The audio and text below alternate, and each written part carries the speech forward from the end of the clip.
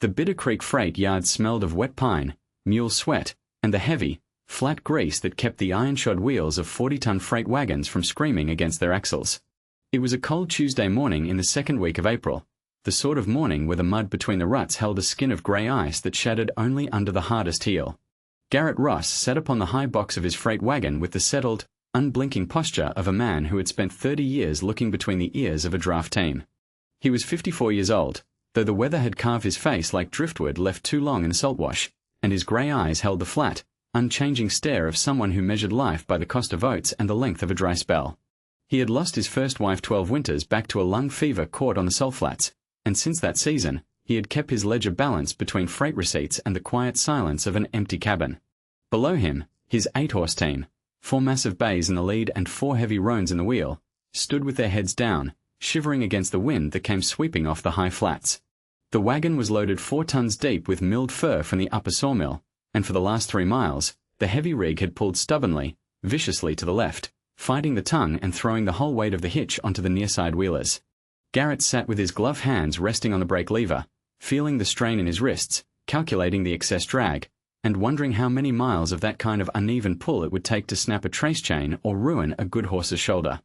From across the yard, stepping out of the low-slung, cedar-shingled doorway of the leather shop with an awl tucked behind her ear and a brass-bound measuring tape dangling from her neck, Evelyn Drake watched the team come to a halt.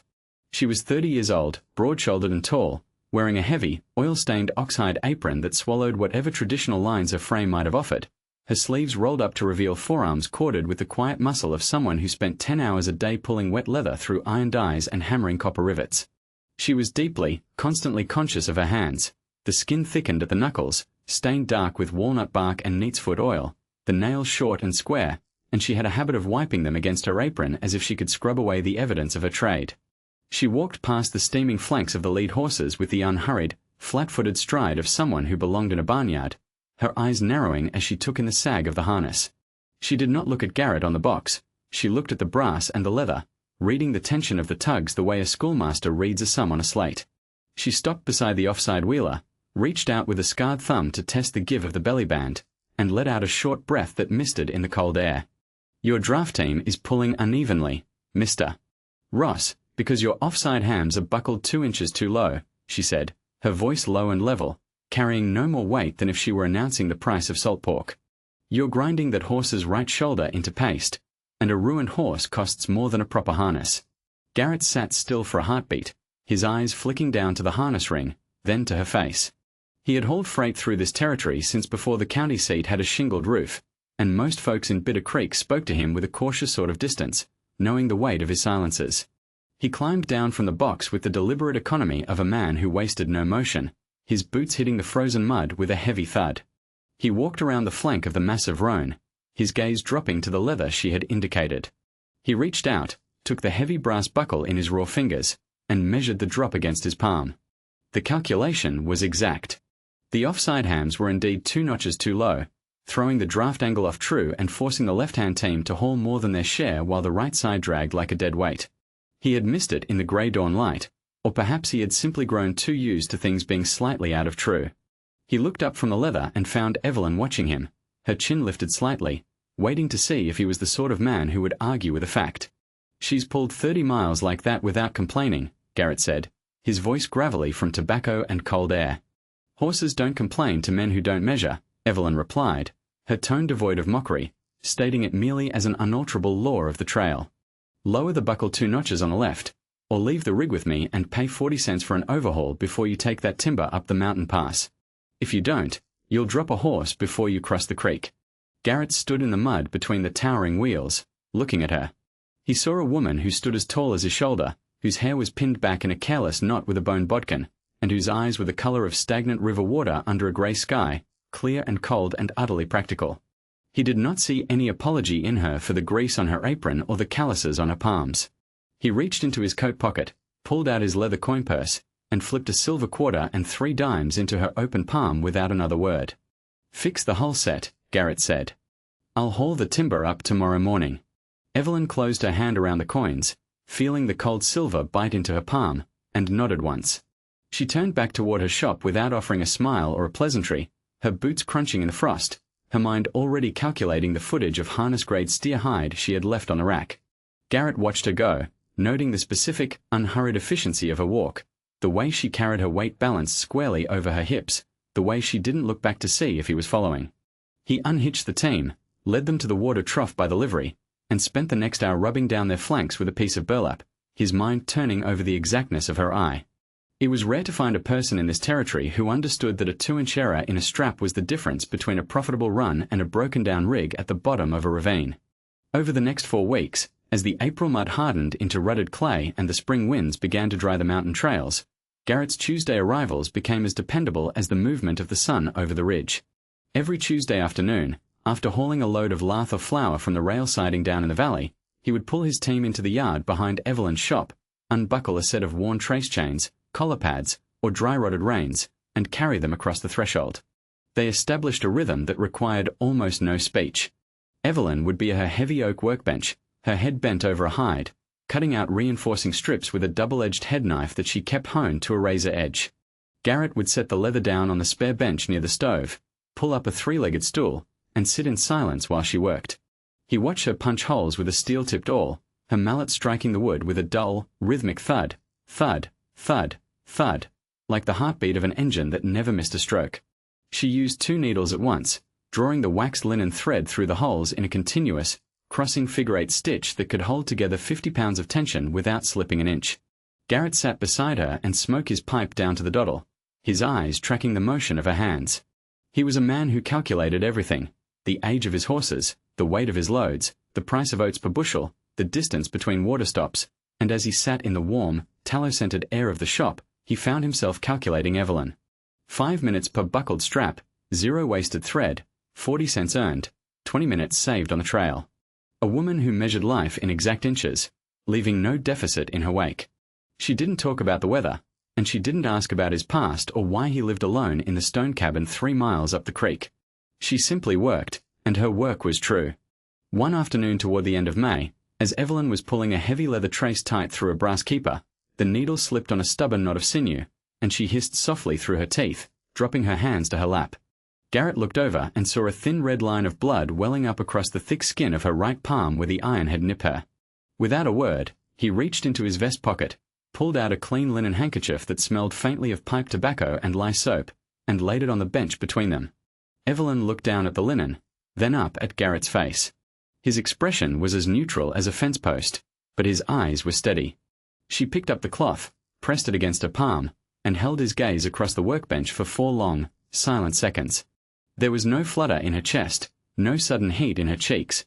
There was only the quiet assessment of 2 people who recognized the same kind of solitary endurance in one another. "Thank you, Mr. Ross," she said softly, her voice dropping into the lower register where it lost all its shop floor sharpness. Garrett nodded once, pulled his pipe from his teeth, and tapped it against his heel. The ledger was balancing itself, line by line, stitch by stitch, in the quiet spaces between their work, long before either of them had found the words to name what was growing in the room. The warm days of June brought a dry heat that baked the clay in the freight yard into fine white dust, coating the harness straps and turning the water in the trough lukewarm by noon. With the dry weather came 3 long-form, painted iron wagons bearing the black and gilt lettering of the Consolidated Northern Freight Line, rolling into Bitter Creek behind 6-horse teams of sleek, matched sorrels. At the head of this line was Vance, a sharp-featured man in a tailored wool suit that looked too clean for the territory, who set up a temporary office in the front room of the local hotel and began posting freight rates 20% lower than any independent teamster could afford to charge. Vance was not a man who knew horses or timber. He was a man who knew capital, backed by investor money from Chicago, and his strategy was simple enough to read like an open ledger. He intended to starve out the small haulers by taking their contracts at a loss, secure the monopoly, and then double the price once there was no one left with a wagon to dispute him. Within 2 weeks, the local mercantile was humming with the sort of restless, cheap gossip that always brews when money gets tight and folks get nervous. The smaller haulers, desperate for work, began to eye Garrett with a sour, silent envy, noting that he still carried the heavy timber loads for the mountain mill while their own rigs sat idle under the cottonwoods. In the tavern across from the blacksmith, the townspeople and rival teamsters began to talk, their conversation drifting easily from Garrett's stubborn, quiet ways to the broad-shouldered woman who worked the leather shop on the corner. They spoke of Evelyn with the particular kind of cruelty reserved for women who had chosen not to fit into the small, neat boxes the town had built for them. They sneered at her dust-caked boots, her dark-stained hands, and her heavy apron, asking each other loudly if anyone had ever seen Miss Drake wear a dress or if she used a hammer to style her hair. Vance himself walked into Evelyn's leather shop on a hot Thursday afternoon, his polished calfskin boots clicking sharply against the pine floorboards. Evelyn was at her bench, using a leather splitter to shave 1/8 of an inch off a belly band, her face set in its usual hard line. Vance did not remove his hat. He laid a heavy leather-bound ledger on her workbench, tapped it with a gold-ringed finger, and offered her an exclusive contract to maintain and repair all 60 harness sets for Consolidated Northern at double her standard rate, on one explicit condition: her shop capacity would be bound entirely to his company, meaning she would deny all repair and custom fitting services to Garrett Ross and the remaining independent haulers. Evelyn looked at the ledger, then at Vance's smooth, unblemished hands, and finally up into his face. Her gaze was flat and unyielding. Without a word, she picked up her splitter, brought it down into the wood bench with a firm thud, and pushed his ledger off the table, sending it dropping to the dust of the floor. She told him bluntly that her leather was cut for men who knew how to drive, not companies that worked horses to death for a Chicago dividend, and ordered him out of her shop. 2 nights later, Garrett walked into the town tavern to pick up his weekly flour ration and heard 3 teamsters at the bar laughing loudly about the leather woman down the street. One of them, a thick-necked driver named Miller who had just lost his contract to Vance, was declaring to the room that it was a pity Evelyn spent all her time stitching horse collars, since no man in the territory would ever take a draft horse of a woman to his bed. The laughter had barely settled when Garrett walked up behind Miller. Garrett did not raise his fist, and he did not raise his voice, but the sudden, cold density of his presence made the room fall instantly quiet. He placed a heavy, calloused hand on Miller's shoulder, squeezing with enough force to feel the collarbone beneath the coat, and spoke softly into the silence. He told Miller that Miss Drake's leatherwork kept 4 tons of freight on the mountain roads without a single strap snapping, and that if any man in the room thought he could punch a straighter seam or run a cleaner line than her, he could step out into the dirt right then and show it. Otherwise, Garrett said, they could close their mouths and keep her name out of their teeth. Miller looked into Garrett's grey eyes, saw 30 years of mountain trails and unbroken silence staring back at him, and looked down at his glass without saying another word. That evening, after the town had gone dark, Garrett walked through the alley behind the leather shop carrying a cord of seasoned, cured hickory firewood he had hauled down from the upper ridge. He stacked it neatly against a back wall, placing each log with quiet precision so it would feed her leather-dyeing boiler through the coming week. Beside the wood, he set a heavy 5-gallon tin of pure whale oil he had purchased from the freight depot 50 miles down the line, leaving it on her bottom step without knocking or waiting for thanks. Evelyn watched him from the darkened window of her living quarters above the shop, her hand resting against the glass, calculating the heavy, silent weight of a man who defended a woman's honor not with grand speeches, but with fuel for her stove and oil for her leather. By late summer, the friction between Vance's corporate machinery and Garrett's independent line reached a critical edge. Vance bribed the territorial freight dispatcher in Bitter Creek to deny Garrett access to the lucrative government grain shipments bound for the northern forts unless Garrett's equipment underwent a mandatory safety inspection. Vance brought in his own inspector from the city, who declared Garrett's hand-stitched leather harnesses outdated, worn, and unfit for heavy mountain transit, claiming that only machine-riveted iron gear like that used by Consolidated Northern could guarantee safe passage over Deadwood Pass. The dispatcher gave Garrett 48 hours to replace his entire rigging or forfeit his freight hauling license for the region. Now, friends listening along at home, isn't it something how an honest man recognizes the true worth of a good woman, even when the rest of the world is too blind to see it? Garrett Ross wasn't a man of many words, but his actions spoke louder than a church bell on Sunday morning. If you're enjoying this story of quiet devotion and honest labor, do us a favor and hit that like button, subscribe to the channel, and drop a comment down below telling us where you're listening from today. It sure helps keep our humble channel running, and we mighty appreciate every single one of you. Faced with the loss of his livelihood, Garrett did not argue with the dispatcher or fight Vance in the street. He walked straight to Evelyn's shop. Evelyn heard the news, looked at Garrett's steady face, and made her decision in the space of a single breath. She closed the front shutters of her shop, locked the street door, and lit 3 kerosene lamps above her workbench. For 36 hours without sleep, Evelyn worked through the heat of the summer nights to build a completely custom, triple-stitched, heavy-duty harness system out of her finest oil-tanned steer hide, engineered specifically for Garrett's 8 draft horses. She measured every trace to the fraction of an inch, reinforced every buckle hole with copper washers, and hand-waxed every thread to withstand the damp mountain air, risking her entire remaining stock of raw leather on the gamble that Garrett's strength and her handiwork could together prove Vance's corporate machinery a lie. By mid-October, the summer heat had vanished from the high ridges, replaced by a dark, wet frost that turned into a blinding mountain downpour by late afternoon. The rain fell hard against the granite walls of Deadwood Pass, softening the shale banks until the earth gave way in a roaring slide of rock, mud, and fallen timber that smashed directly across the narrow trail, blocking the main regional supply line to the northern settlements.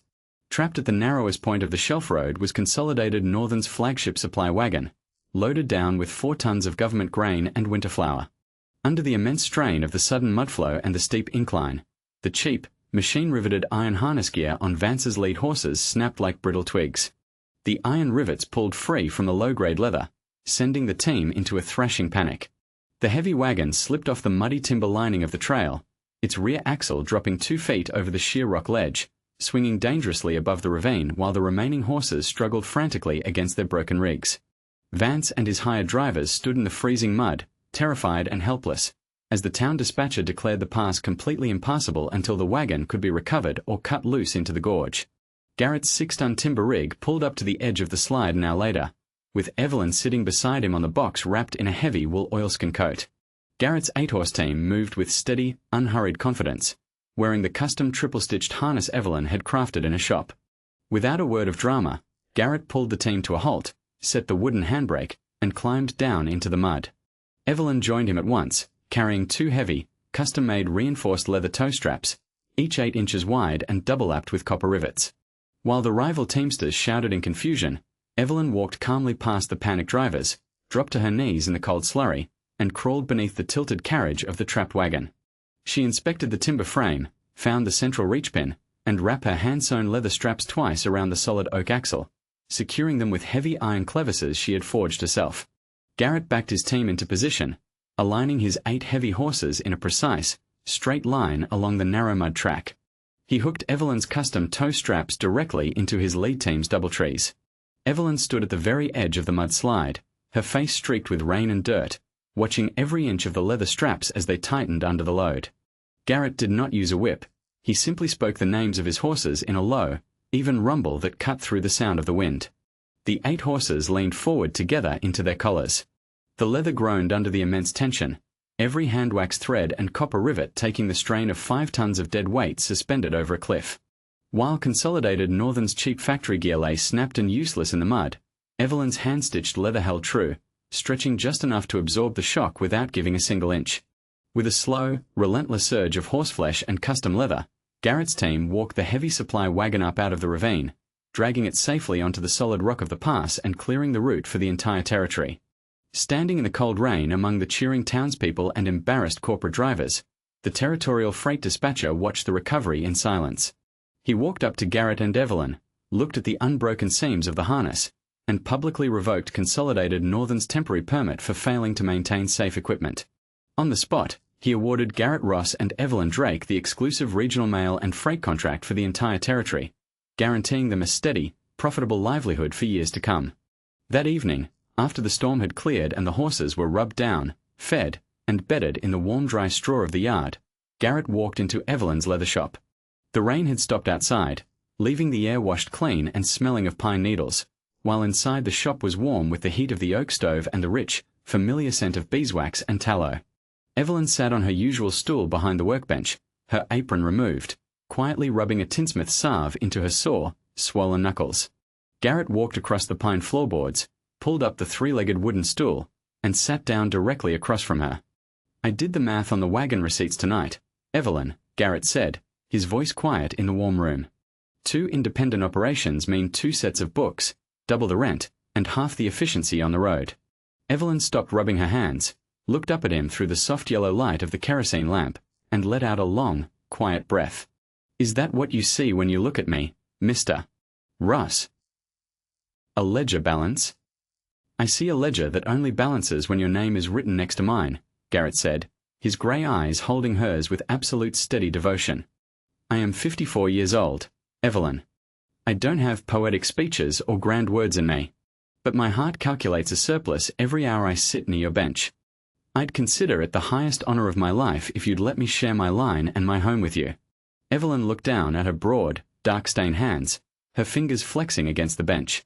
"My hands are hard, Garrett," she whispered, her voice dropping into that deep, vulnerable register.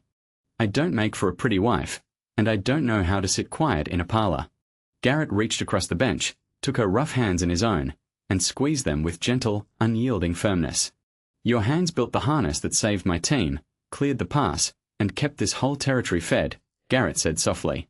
"They are the finest, bravest hands in this territory, and I intend to hold them for the rest of my days." Evelyn looked up into his weathered face, saw 30 years of honest living and silent respect staring back at her, and nodded once, her eyes shining in the lamplight. The math was simple, exact, and complete. They were married 3 weeks later on a quiet Saturday morning in the small wooden church at the edge of town. There were no ribbons, no grand speeches, and no elaborate decorations. Only Garrett dressed in a clean dark wool suit, and Evelyn wearing a simple, tailored navy dress that fit her broad shoulders with dignity and grace. The blacksmith and the dispatcher stood as witnesses, and Garrett placed a simple, solid silver band on her finger, custom forged from a raw silver dollar. Following the service, they walked back through the quiet yard together and hung a new painted wooden sign above the front door: Ross and Drake, Regional Freight and Custom Harnessing. They merged their operations into a single smooth running system, expanding the yard, building new stables, and managing the territorial mail contract with an efficiency that became famous across 3 states. Every evening, after the teams were bedded down, Garrett sat at his desk managing the shipping ledgers while Evelyn sat across the room at her workbench crafting custom tack, living a peaceful, prosperous, and deeply devoted life together built on shared labor, deep respect, and a love that never wavered. And so, Garrett and Evelyn proved that true love isn't built on sweet talk or fancy ribbons, but on shared burdens, mutual respect, and work well done. They built a life that stood as sturdy as the stitches in Evelyn's finest leather. Thank you so much for spending your time with us today, dear friends. May your own journey be blessed with steadfast companions and honest work. Don't forget to like, subscribe, and share this story with someone who appreciates the quiet strength of the Old West. Until next time, may God bless you, keep you safe, and bring you peace.